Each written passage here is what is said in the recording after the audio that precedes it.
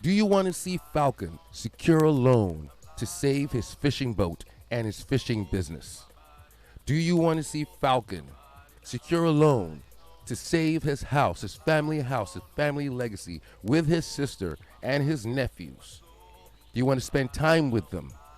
If you do, you will enjoy the first episode of Falcon and the Winter Soldier. It's not all bad. It's not all bad. I have a lot of gripes with this show so far, but it's not all bad. It starts off with an amazing action sequence, but that's the best thing about this episode. It also has a very interesting thing going on with Bucky, where he's trying to atone for his sins as when he was the Winter Soldier, which is interesting. That can play. But other than that, there's nothing going on. There's nothing going on here. This show ends so abruptly, so short. You feel like you're not left wanting more in a positive way. It feels like it should have way more than what we got. And I can't help but think of my experience watching WandaVision. Just like everybody else, I was really excited as WandaVision got along. It was interesting. The whole format of mimicking TV shows from different eras was interesting, but that's the only thing it had going for it. Apart from that, it was pretty underwhelming. Like, what was the character arc of Wanda? She had powers going in, she had powers coming out. There was no super villain except for Agatha Harkness throughout the whole thing. There was no other villain that that kept you intrigued, that kept you looking forward to what was going to happen. Let's not even talk about what they did with the whole Quicksilver thing, or the Boner guy. I don't even know I can't remember what his name was. But why did they do that? Why did they do that? But except just to play with the audience, right? So that was very underwhelming. And as soon as WandaVision was over, I wasn't frustrated. I was just underwhelmed, and I haven't thought about it ever since.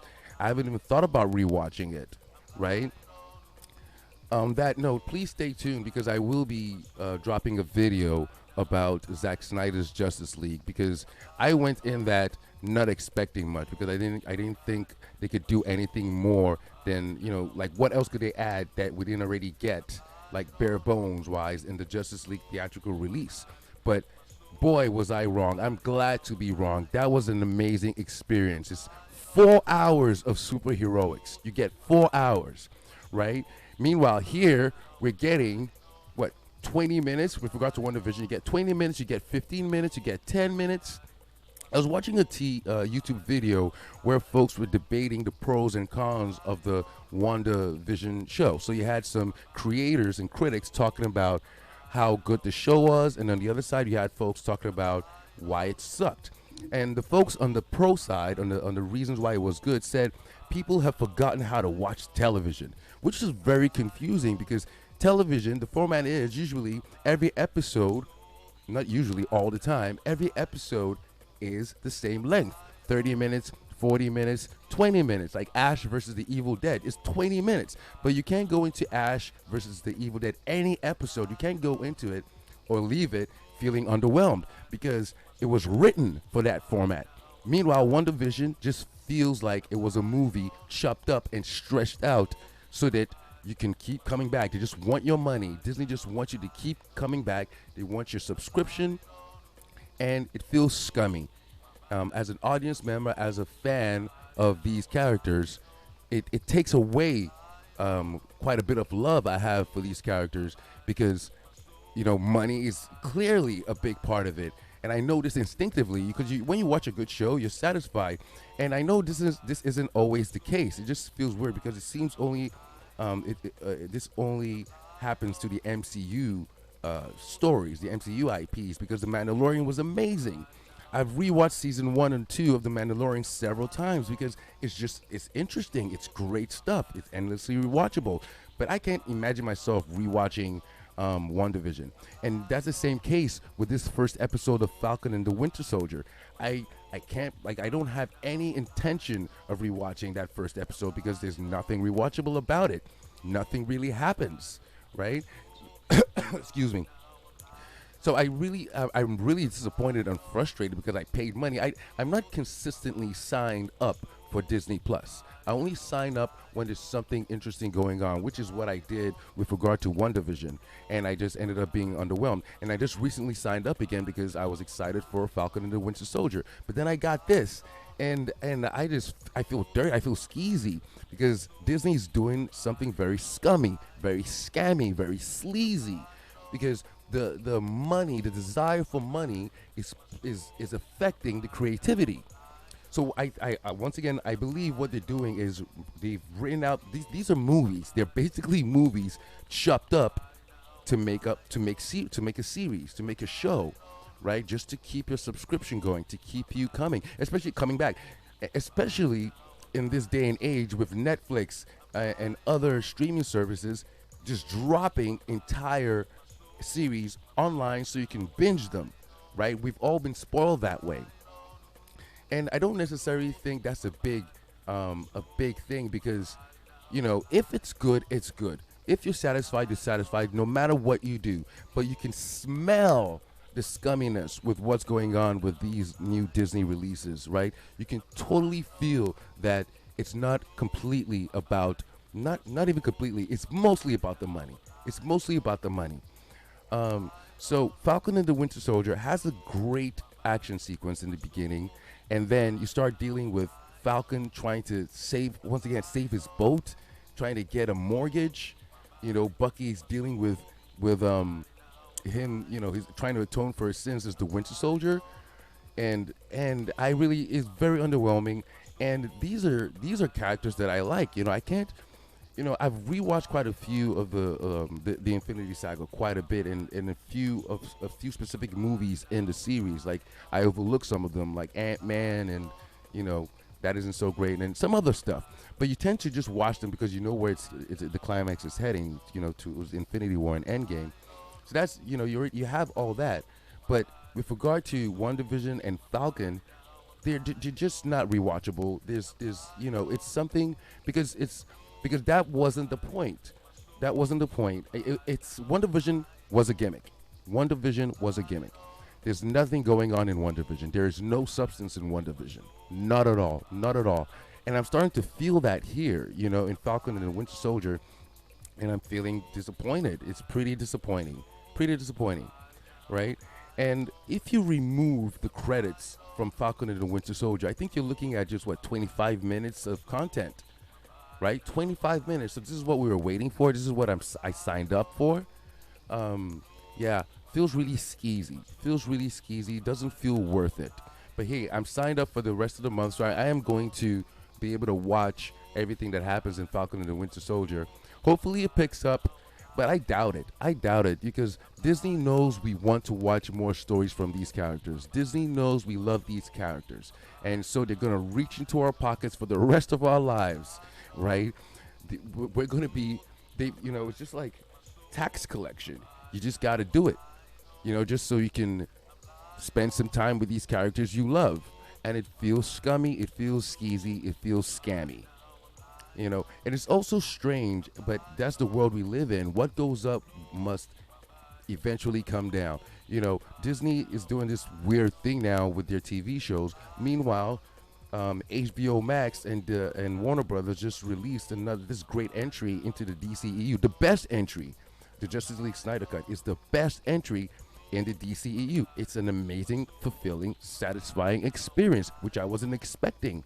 Like for me, it's all turned around because I was never excited about the DCEU. I thought it was all very misguided. I thought Man of Steel was misguided, Batman v Superman was bloated, Justice League was a joke, Aquaman is fun, Wonder Woman was probably the best thing up until the Snyder Cut, right?